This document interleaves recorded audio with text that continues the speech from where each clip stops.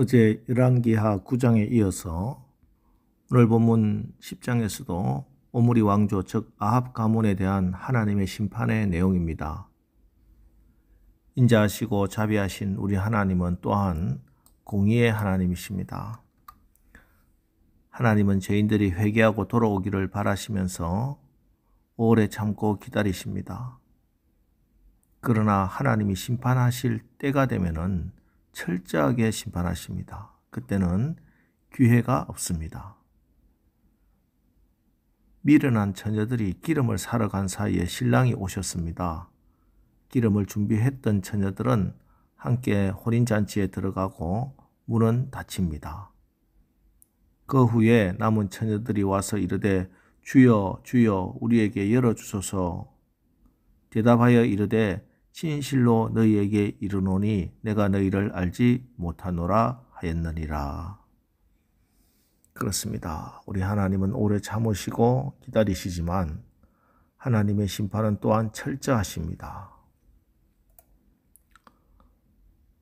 오늘 오므리 왕조 아합 가문의 심판의 도구로 쓰임받은 사람이 예후입니다. 어제 읽은 9장을 보면은 하나님은 예후를 들어서 아합의 아들 요람을 처단하시고 남유다의 아하시야까지 그 칼끝을 피해가지 못했습니다. 남아있던 아합의 아내 이세벨도 결국은 죽음을 당하게 됩니다. 그뿐만 아닙니다. 아합에 남겨둔 아들이 70명이었는데 그 70명의 왕자들을 교육하는 자에게 예후가 편지를 써서 보냈습니다. 왕자 70명 중에 지혜롭고 영맹스러운 사람 한 사람을 왕으로 세워라. 그리고 이제 나와 함께 붙어보자. 너희들이 아합의 가문을 일으키려고 하면은 왕자 중에 하나를 왕으로 세워보라. 그러자 지레 겁을 먹은 왕자들을 교육하고 있던 사람들이 7절 편지가 그들에게 이르매 그들이 왕자 70명을 붙잡아 죽이고 그들의 머리를 광주리에 담아 이스라엘 예후에게로 보내니라. 왕자 70명의 목을 베어서 예후에게 충성을 표시합니다. 이제 아합의 가문은 철저하게 씨가 말라버렸습니다.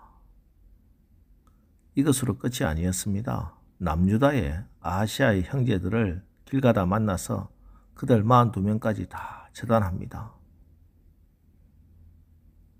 이 예후에 대해서 성경은 이렇게 소개합니다. 열왕기하 9장 20절 파수꾼이 또 전하여 이르되 그도 그들에게까지 갔으나 돌아오지 아니하고 그 병거 모는 것이 님시의 손자 예후가 모는 것 같이 미치게 모나이다 하니 예후는 병거를 미친 듯이 모는 장군이었습니다. 철옹성 갔던 아합의 권세와 그의 지지 세력들은 모두 한 군대 장관에 의해서 말이 미친 듯이 달려오듯이 이렇게 순식간에 멸절당합니다. 여러분, 반드시 종말이 있고 심판이 있다는 말씀은 농담이 아닙니다. 소돔과 고모라 성에서 롯의 사이들은 심판의 메시지를 농담으로 여기다가 망했습니다. 우리 주님이 친히 말씀하십니다. 그러므로 깨어 있으라. 어느 날에 너희 주가 임할는지 너희가 알지 못함이니라. 이러므로 너희도 준비하고 있으라.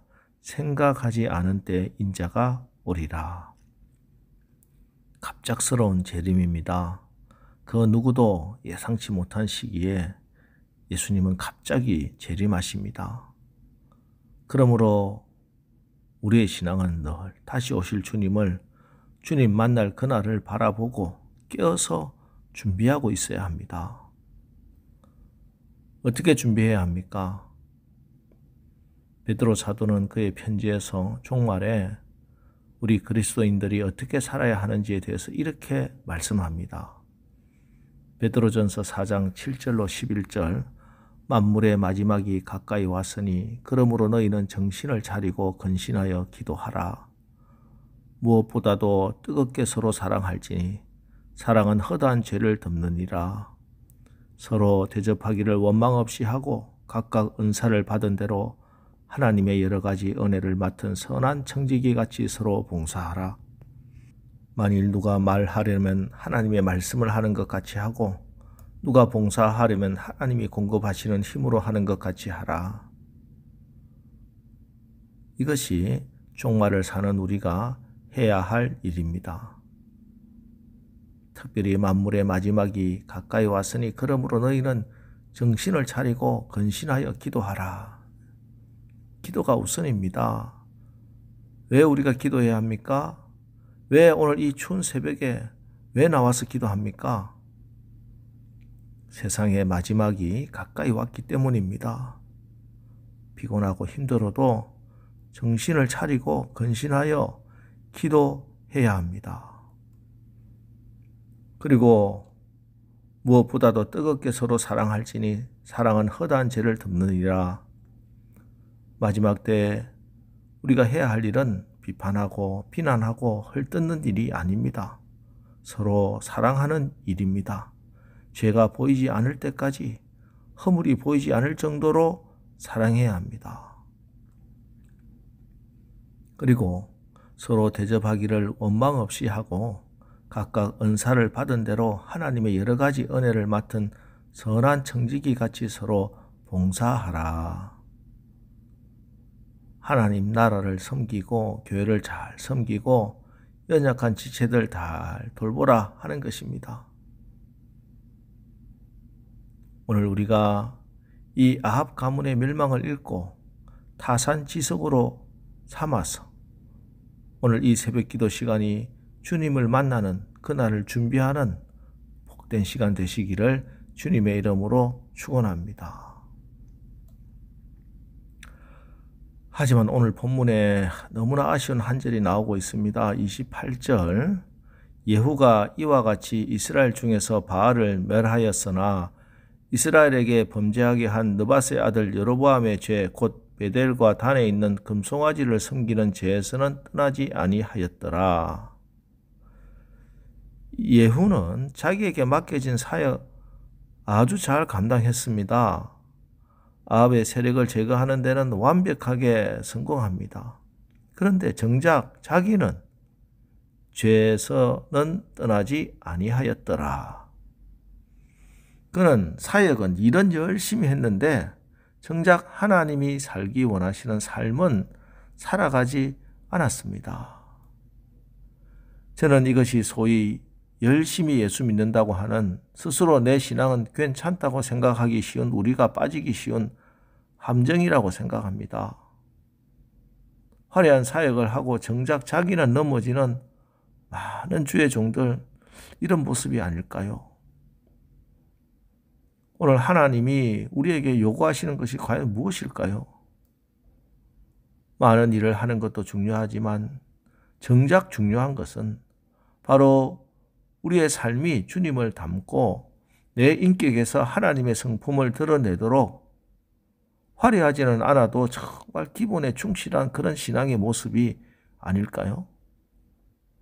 고람되어 내가 하나님 앞에 서 있는 겁니다. 하나님을 가까이 하는 것입니다.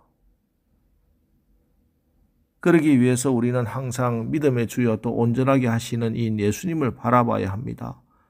영적으로 늘 충만하여 생각과 행동과 말과 삶 속에 예수 그리스도가 한시도 떠나지 않으시게 하는 겁니다. 그래서 오늘도 이 새벽에 주님 앞에 나와서 우리가 기도하는 것 아니겠습니까? 이제 기도하시면서 오늘 하루 무엇보다도 예수님을 내 마음의 주인으로 모시고 하나님과 동행하는 아름다운 길을 걸어가는 오늘 복된 하루 되시기를 주님의 이름으로 축원합니다.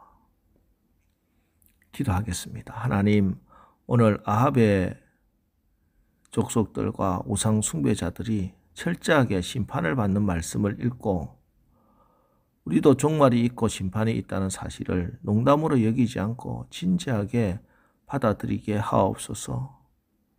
그래서 기도하고 사랑하고 봉사하면서 주님을 만나는 그날 준비하게 하옵소서. 또한 우리가 주의 일을 한다고 하면서 정작 나의 모습에서, 나의 삶에서 하나님이 없이 내가 주인 되어 나는 죄에서 벗어나지 않고 신앙생활을 하고 있는 것은 없는지 살펴보게 하시고, 우리가 늘 주님 안에서 하나님 앞에서 예수님을 닮아가게 하옵소서.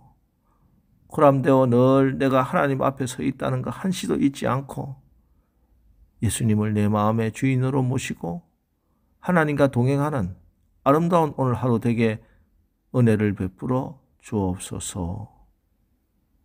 예수님의 이름으로 기도합니다. 아멘. 자, 이제 오늘 하루도 우리가 마지막을 기억하고 고람되어 늘 내가 하나님 앞에 서 있다는 것 한시도 잊지 않고 예수님을 내 마음의 주인으로 모시고 하나님과 동행하는 거룩한 삶을 살게 하옵소서. 우리 오늘 말씀을 붙들고 우리 합심해서 기도하고 나가겠습니다. 우리 기도하겠습니다.